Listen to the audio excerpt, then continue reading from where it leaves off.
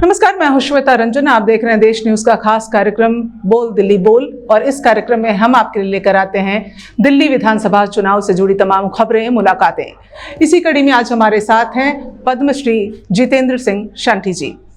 ये भाजपा की टिकट पर पहले शाहदरा विधानसभा सीट से चुनाव जीत चुके हैं। अब इन्होंने आप पार्टी का दामन थामा है। आइए इनसे जानते हैं कि दिल्ली को लेकर इनका मिशन क्या है, विजन क्या है। आपका स्वागत है हमारे कार्यक्रम में शंटी जी। नमस्कार। तो जो सबसे पहला सवाल जाहिर सी बात है निकलकर सामने आता है वो है कि आम आदमी पार्टी को क्यों चुना आपने? पहले तो आपने कहा कि मैं सिर्फ भाजपा का विधायक था। बेसिकली मैं अलायंस में अकाली दल का था जी। अकाली भाजपा से मैं काउंसलर भी बना। उससे पहले मैं इंडिपेंडेंट रहा। पहला इलेक्शन मैंने जिंदगी में निर्दलीय जीता है जी। 2007 में, फिर 12 में अकाली भाजपा से फिर मैं काउंसलर बना, फिर 14 में मैं विधायक बना अकाली भाजपा से, और फिर 20 में अलायंस टूट गया अकाली भाजपा का। उसके बाद इच्छा शक्ति भी नहीं थी, और फिर कोविड आ गया जी। कोविड में काम करते करते परमात्मा ने बहुत नेम एंड फेम दे दिया। एक जीरो इंसान को हीरो बना दिया। जी बिल्कुल। राष्ट्रपति जी ने पद्मश्री दे दिया। मैं धन्यवाद करता हूँ राष्ट्रपति जी का, भारत सरकार का। उन्होंने इस लायक समझा मुझे। लोग आपको एम्बुलेंस मैन के नाम से जानने लगे। आपने भरपूर काम किया, लेकिन अब आम आदमी पार्टी ही क्यों? जब हम केजरीवाल बनाम मोदी देखते हैं तो आपने केजरीवाल पर मुहर क्यों लगाया? एम्बुलेंस मैन मेरा टाइटल 30 साल से है। लोग जैसे जैसे आगे बढ़ते हैं लंबी से लंबी गाड़ी लेते हैं।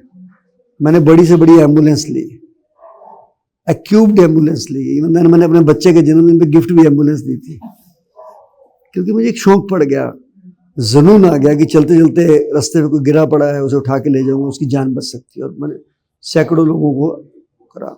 और जहाँ तक डेड बॉडी की अगर बात करें तो 30 साल में 70,000 डेड बॉडी को, 70,000, और कोविड की 4,266 डेड बॉडी को सेवा करने का मौका मिला।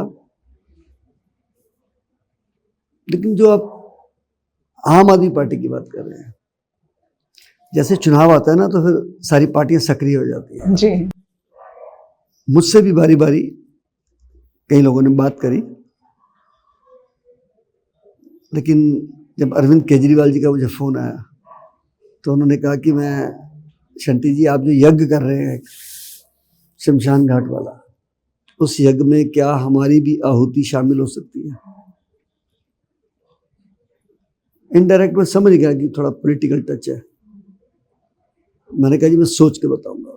3-4 दिन मैंने उस पर काफ़ी घर में दोस्तों से चर्चा की, उस पर जी। अपने मेंबर्स से। तो सबने कहा यार केजरीवाल भी उन लोगों की मदद कर रहे हैं जो पैदा होने से लेके बुजुर्ग होने तक, चाहे वो बिजली पानी है, चाहे वो मोहल्ला क्लिनिक का है, चाहे वो निःशुल्क बसों की सेवा है, शिक्षा के माध्यम में बहुत काम किया उन्होंने, स्कूलों के बारे में। और इसी के साथ साथ जो अभी सेवाएं आई हैं 2100 रुपया, बहुत बड़ी बात है, बहुत बड़ी बात है। और दलितों को विदेशों में पढ़ाना, फिर सीनियर सिटीजन के लिए जो योजना है कि प्राइवेट हॉस्पिटल में फ्री इलाज, ये छोटी बातें नहीं है। तो कहीं ना कहीं ये सामाजिक जो कार्य है उसने प्रभावित किया आपको? हाँ नहीं, मैंने कहा मेरे दोस्तों ने कि शंटी जी वो जिंदों के लिए कर रहे हैं, आप जाने वालों के लिए कर रहे हैं, तो दोनों को क्यों ना मिक्स कर दें। तो अलायंस हो गया। तो इससे जनता को भी इंश्योरेंस मिली, क्योंकि जनता को केजरीवाल पर भी विश्वास था, जनता को शंटी पर भी विश्वास है।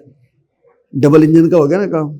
जी, कहीं मैं सुन रही थी आपको कि आपने कहा कि मोदी जी या भाजपा की तरफ से फोन आपको नहीं आया, केजरीवाल का आया तो आपने ज्वाइन कर लिया।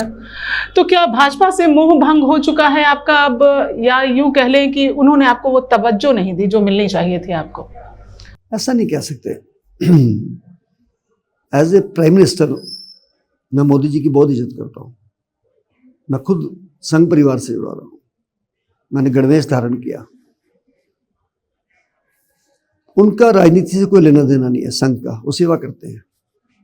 ये मेरा राजनीतिक फैसला मेरे जीवन का है। मुझे लगता है कि जो हम काम कर रहे हैं यही काम हम पावर में आके करेंगे तो 10 गुना करेंगे। और पावर में तो आम आदमी पार्टी ही आ रही है दिल्ली में, निश्चित बात है। उसका बहुत बड़ा कारण है कि दूसरी पार्टियों के पास चेहरे नहीं है, ना मुख्यमंत्री का, ना विधायकों का। और जो काम बताने की बारी आती है तो जितनी बड़ी पार्टियां हैं वो इनके ना दोष गिनाते हैं। केजरीवाल ने ये कांड किया, केजरीवाल ने वो किया, फलाना किया। अच्छाइयाँ, अपनी अच्छाई कोई नहीं बताते हैं। कायदा ये है कि आप अपनी भी तो कुछ बताइए, हमने क्या किया।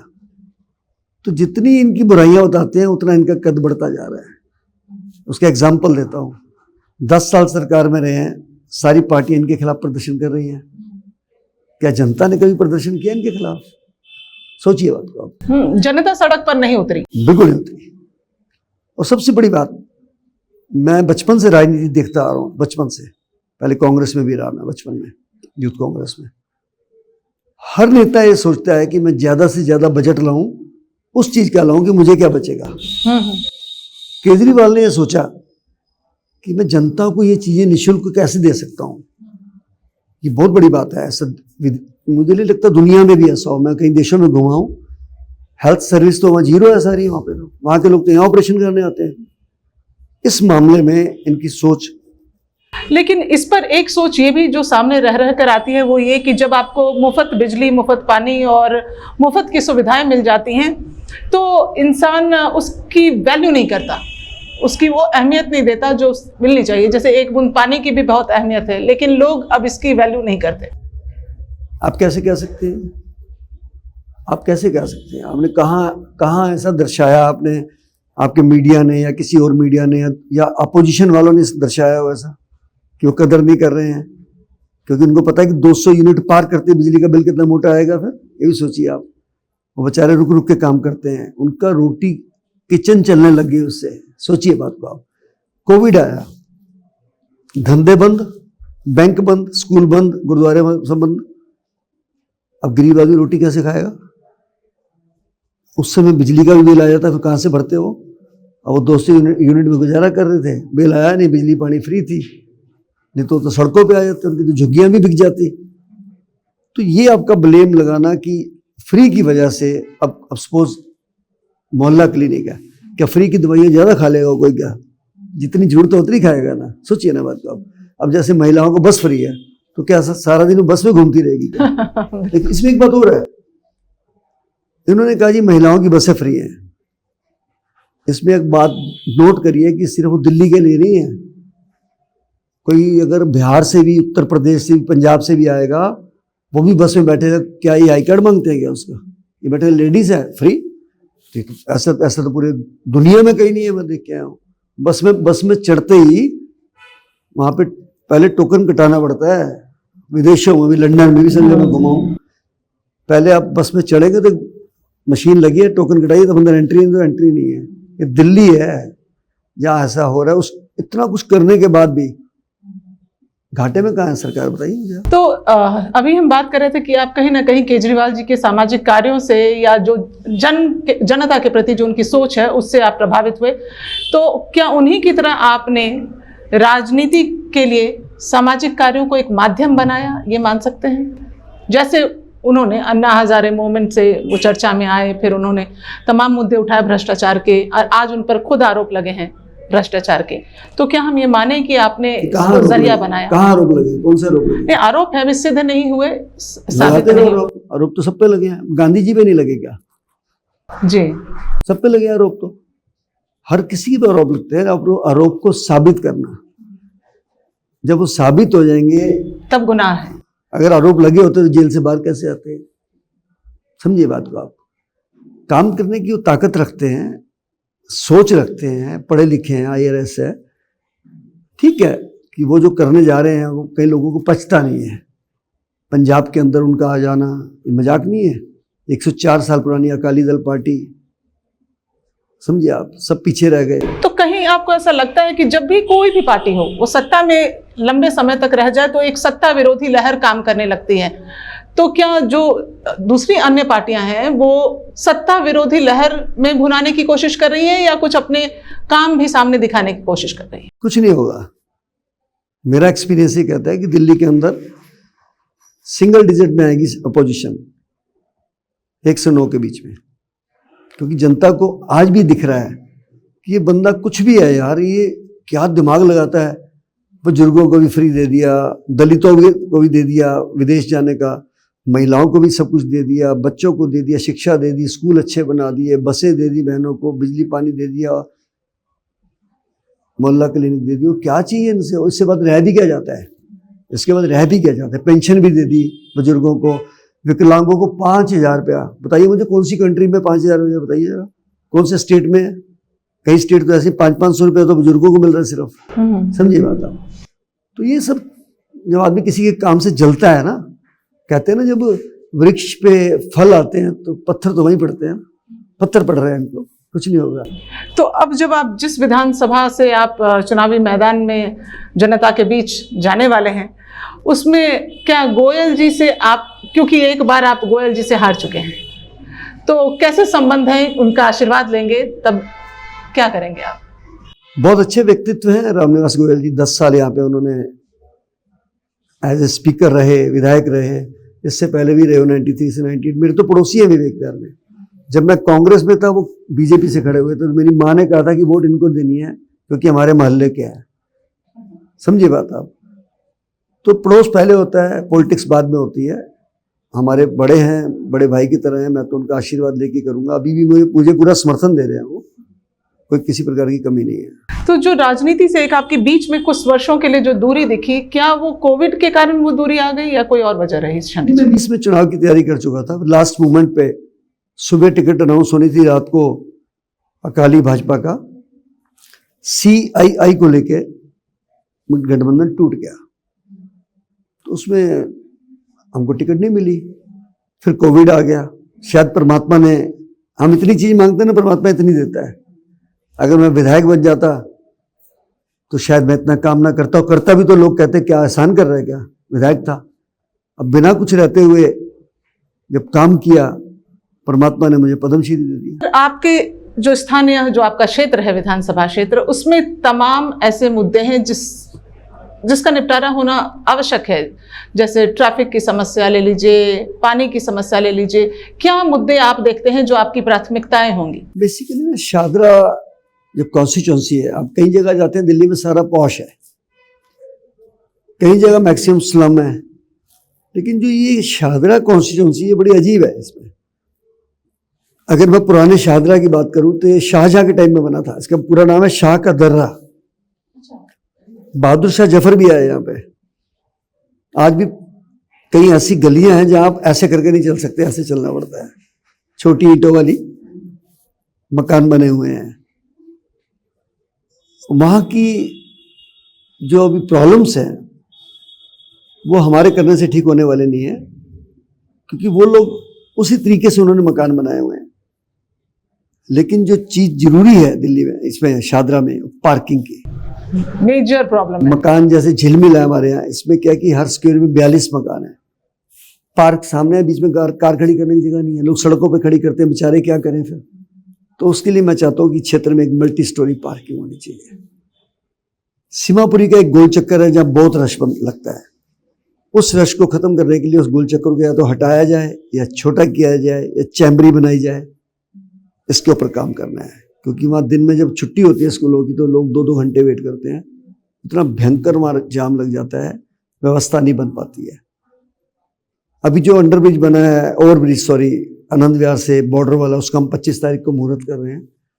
वो भी माननीय केजरीवाल जी ने बनाया है। उसकी बहुत आवश्यकता थी। दो रेड लाइट जो रास्ते में आती थी, लोगों को आधा घंटा वेट करना पड़ता था।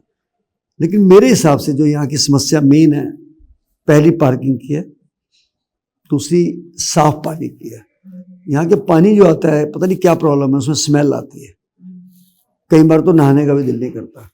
इसलिए मैं उस समस्या को दूर करूंगा। मेरी प्रायोरिटी यही रहेगी। क्या है उसके निपटारे का उपाय, क्या है जो पानी की समस्या बता रहे हैं? क्योंकि जब केजरीवाल जी ने घोषणा की थी तो उन्होंने कहा था मैं यमुना का प्रदूषण दूर कर दूंगा, आपके नल से साफ पानी आएगा। फिर वो तो सत्ता में रहे, नहीं हो पाया। तो आप ऐसा क्या करेंगे जिससे ये सारा काम हो जाए? देखिए, मैं ना बड़ा प्रैक्टिकल बंदा हूँ, मेरे को टेक्निकल नॉलेज भी है कुछ। मैंने आपको बताया कि शाहदरा बहादुर शाह जफर के टाइम से है। यहाँ पे पाइपलाइन जड़ी है जो है ना 70-80 साल पुरानी है, कई जगह 40 साल है, 50 साल है। तो सबसे पहले तो काम ये है कि उसका नक्शा मंगाया जाए, जहाँ जहाँ पुरानी पाइपलाइन है उसको नवा कर दिया जाए, फिर उसको जॉइंट दे दिया जाए, ऑटोमेटिक अपना पानी साफ हो जाएगा उसमें। इसलिए मुझे काम करने आते हैं। आप बिलीव नहीं करेंगे, जब मैं पहली बार काउंसलर बना, जबकि बजट भी बहुत कम होता है उसमें, मैंने कहा था कि मैं 5 साल में 5 बड़े काम करूंगा। इसी झिलमिल वार्ड में एक मिनी स्टेडियम बनाया, एक शमशान घाट बनाया 3 करोड़ की लागत से, 4 स्कूल की बिल्डिंग बनाई मैंने, एक सीनियर सिटीजन होम बनाया, एक वर्किंग वुमेन हॉस्टल बनाया। काम करने की अगर तमन्ना हो ना, तो कहते हैं ना कि कौन कहता है कि आसमान में सुराख हो नहीं सकता, एक पत्थर तो तबीयत से उछालो जा रहा हो। कोशिश करो, काम कैसे नहीं होता। बहुत खूब, बहुत खूब। लेकिन एक समस्या जो है, अब समस्या मान लीजिए या क्या, एक लेटेस्ट मुद्दा जो है गर्म है, वो है कि अगर हम देखें गोयल जी को, तो उनकी जीत में बहुत बड़ा हाथ पूर्वांचल से आए लोगों का भी होता था। अब एक नया मुद्दा छिड़ गया है कि आधार कार्ड चेक करेंगे, बर्थ सर्टिफिकेट चेक करेंगे बच्चे का, आप घुसपैठिए तो नहीं है, बांग्लादेशी तो नहीं है। ये सब कैसे, कितना प्रभावित करेगा आपको? हमारे क्षेत्र में ना तो बांग्लादेशी है, ना और रोहिंग्या वगैरह जो चलता है, ऐसा कुछ नहीं है। और ये इस विधानसभा में मैं हिसाब लगा रहा था, 32 कम्युनिटीज रहती हैं, 32, मतलब मैं गिनाना शुरू करूंगा तो आधा घंटा लग जाएगा। 32 कम्युनिटीज हैं, और कहीं भी ऐसी हमारी कुछ वोटें इन्होंने कटवाई हैं, मतलब ये लोग जिंदा बैठे हैं, उसको मृत दिखा दिया। कई लोग यहाँ रह रहे हैं, उनको दिखा दिया नहीं है, तो हम उसके ऊपर वर्क कर रहे हैं। सारी तो नहीं बन पाएंगी, क्योंकि उन्होंने 11,000 से ज्यादा वोटें कटवा दी, काटते हैं। हाँ, केजरीवाल जी ने बहुत मुद्दा उठाया, पार्लियामेंट में भी उठाया मुद्दा शाहदरा का, बहुत प्लानिंग से हो गया काम वो। लेकिन हम फटाफट उसके 6 नंबर फॉर्म बनवा रहे हैं, जितनी बन गई। मैं कहता हूँ 50,000 भी ये वोट कटवा ले, जितने हैं वोट तो वो सारे डालेंगे ना, पोलिंग तो उससे ही होनी है। तो वोट जो है वो मुझे लगता नहीं है कि इस बार राजनीति को पड़े। दलित आबादी कितनी है यहाँ पर? मेरे पास तकरीबन 6 मोहल्ले ऐसे हैं जो सारे ही दलित के हैं और सारे पढ़े लिखे हैं। तो मोटा मोटा अगर मैं बोलूँ तो 26,000 से ज़्यादा वोट। 26,000 से ज़्यादा वोट है। यानी अगर हम आपके चुनाव को देखें, रिजल्ट्स को देखें, तो कभी आप 11,000 से जीते हैं, कभी 13,000 से हारे हैं, तो ये एक एक वोट मतलब बहुत मायने रखता है। तो अगर 26,000 के करीब वोट है, तो इसको आप एक कार्ड मान रहे हैं चुनावी? 16,000 अल्पसंख्यक भी। तो इसको आप चुनावी कार्ड मान रहे हैं, जो अभी घोषणा की केजरीवाल जी ने अम्बेडकर स्कॉलरशिप को लेकर, क्या ये चुनावी कार्ड है? चुनावी कार्ड आप कह सकते हैं, लेकिन मुझे लगता है कि कहना और अगर उन्होंने कहा है तो करेंगे। अभी तक कोई ऐसी बात नहीं उन्होंने कि कह के ना करी हो। दलित का बच्चा भी हक रखता है विदेश जाने का, दलित का बच्चा भी हक रखता है IPS IAS बनने का, डॉक्टर बनने का, जज बनने का, वकील बनने का। डॉक्टर भीमराव अंबेडकर जी ने जीवन दिया है, जिनको लोग मैला कुचला कहते थे। डॉक्टर भीमराव अंबेडकर जी ने शिक्षा दी है, संविधान बनाया है। मुझे लगता है कि वो समझ रखते हैं। कुछ समय था कि उनकी वोट को इस्तेमाल किया जाता था दूसरों की वोट को काटने के लिए। आज वो समझ रखते हैं कि हमने वोट किसको देनी है, कि जो हमें बांटे ना, जो हमें काटे ना, हम अपनी वोट को व्यर्थ ना करें। ये समझ लीजिए बात। तो क्या चुनाव से पहले अमित शाह जी का जो बयान आया, अंबेडकर ये 6 बार कहना फैशन है, ट्रेंड है, आपका दृष्टिकोण क्या है इस पर? क्या आप इसे समझ रहे हैं कि ये तोड़ मरोड़ के पेश किया जा रहा है? देखिए, ऐसा होता है, मैं गुरु नानक देव जी को मानता हूँ, आप श्री कृष्ण जी को मानते हैं। श्री कृष्ण जी के लिए कोई गलत बोलेगा तो आपको फील होगा, गुरु नानक देव जी को गलत बोलेगा मुझे ही फील होगा। असर तो पड़ता है। राजीव गांधी ने एक बात बोली थी कि जब भी कोई बड़ा वृक्ष गिरता है तो धरती तो हिलती है। और कब बोला? जब कत्लेआम हो रहा था। आज तक देश के लोग नहीं भूले हैं उस बात को, आज तक नहीं भूले हैं कि एक तरफ तो लोग मर रहे थे, दिल्ली जैसी राष्ट्रीय राजधानी में 5,000 से ज्यादा लोगों का कत्लेआम हुआ, नरसंहार हुआ।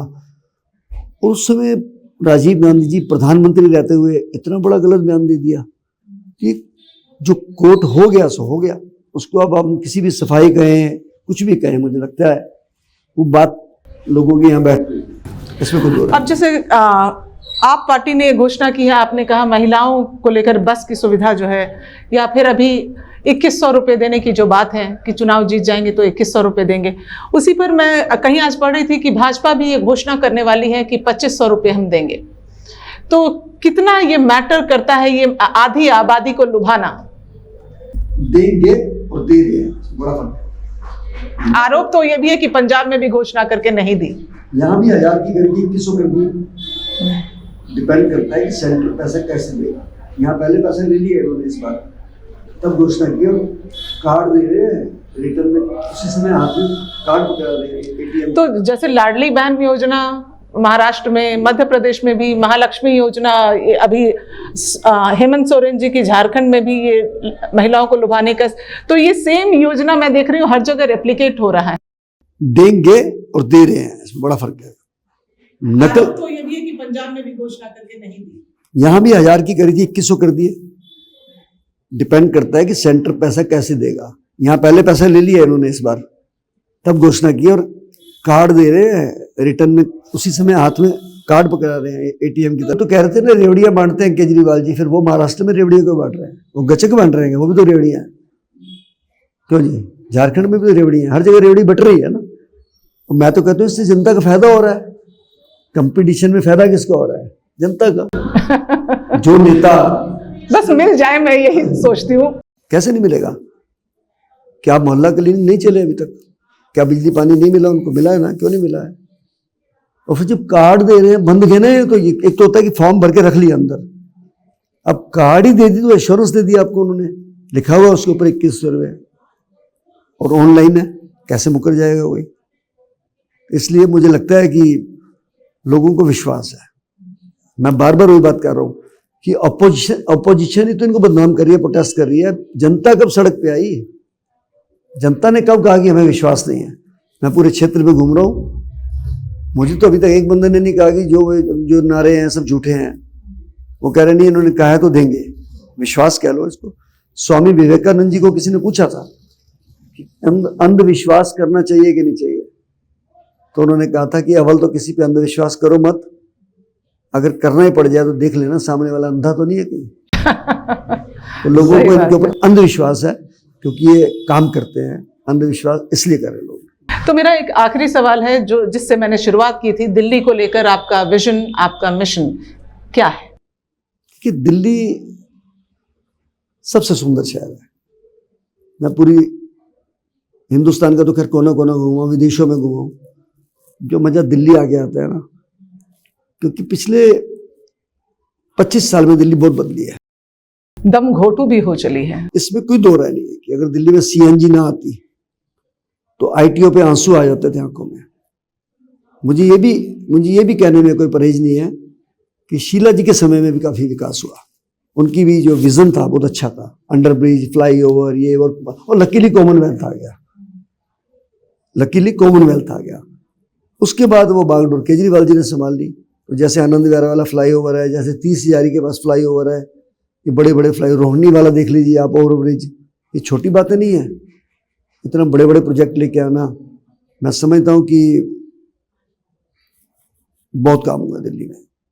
लेकिन काम देखिए, ये जो रोज के मर्रा के काम है ना, सड़क, अब सड़क पे जब लाखों करोड़ों व्हीकल चलेंगे तो सड़क तो खराब होगी, नाली, खड़ंजा, ये तो रोज का, पानी तो खत्म होने ही होना है, बिजली की खपत होनी है। लेकिन दिल्ली में क्या 1 मिनट के लिए बत्ती जाती है? हमारे घरों के इन्वर्टर ही खराब हो गए, बड़े बड़े यूज ही नहीं होते, हमने लगाने ही छोड़ दिए। 1 सेकंड लाइट नहीं जाती है, ये छोटी बात नहीं है। मैं आज की डेट में लोग ये कहते हैं कि हमें चीज़ थोड़ी महंगी मिल जाए पर अच्छी मिल जाए, तो इसीलिए दिल्ली की जनता खुश है, उनको केजरीवाल पे विश्वास है, और शादरा विधानसभा के लोगों को जितेंद्र सिंह शंटी पे विश्वास है। उनको पता है कि जब नेता नहीं था तब भी एम्बुलेंस दे रहा था, शव वाहन दे रहा है, मोर्ची बॉक्स दे रहा है, खून दे रहा है, निःशुल्क दाह संस्कार करा रहा है। जुनून है मेरा तो ये। मुझे किसी ने कोविड में जबरदस्ती तो नहीं कहा कि आप शंटी जी ये काम करिए। 4266 66 डेड बॉडी संस्कार जो करी, मुझे किसी ने जबरदस्ती नहीं कहा, मेरा जुनून था, मैंने किया। जब मेरे पास कोई पोस्ट नहीं है और मैं काम कर रहा हूँ, तो जब पोस्ट होगी तो कितना काम करूँगा। जब मैंने एक शंका जाहिर की अपने क्षेत्र की जनता को, जब 200-300 लोग बैठे थे कि मुझे लगता है मैं शमशान में ही ठीक हूँ, मुझे चुनाव नहीं लड़ना चाहिए, तो उन्होंने कहा जी आप हजारों डेड बॉडीज को कंधे पे लिटा के शमशान तक लेके गए हैं, अब आपको क्षेत्र की जनता कंधों पे बिठा के छोड़ के आएगी विधानसभा में। All the best to you. Thank you so much हमसे बातचीत करने के लिए शंटी जी। तो आज के इस एपिसोड में फिलहाल इतना ही। आपसे जल्द मिलूंगी एक नई शख्सियत के साथ। फिलहाल आप मुझे दें इजाजत। नमस्कार।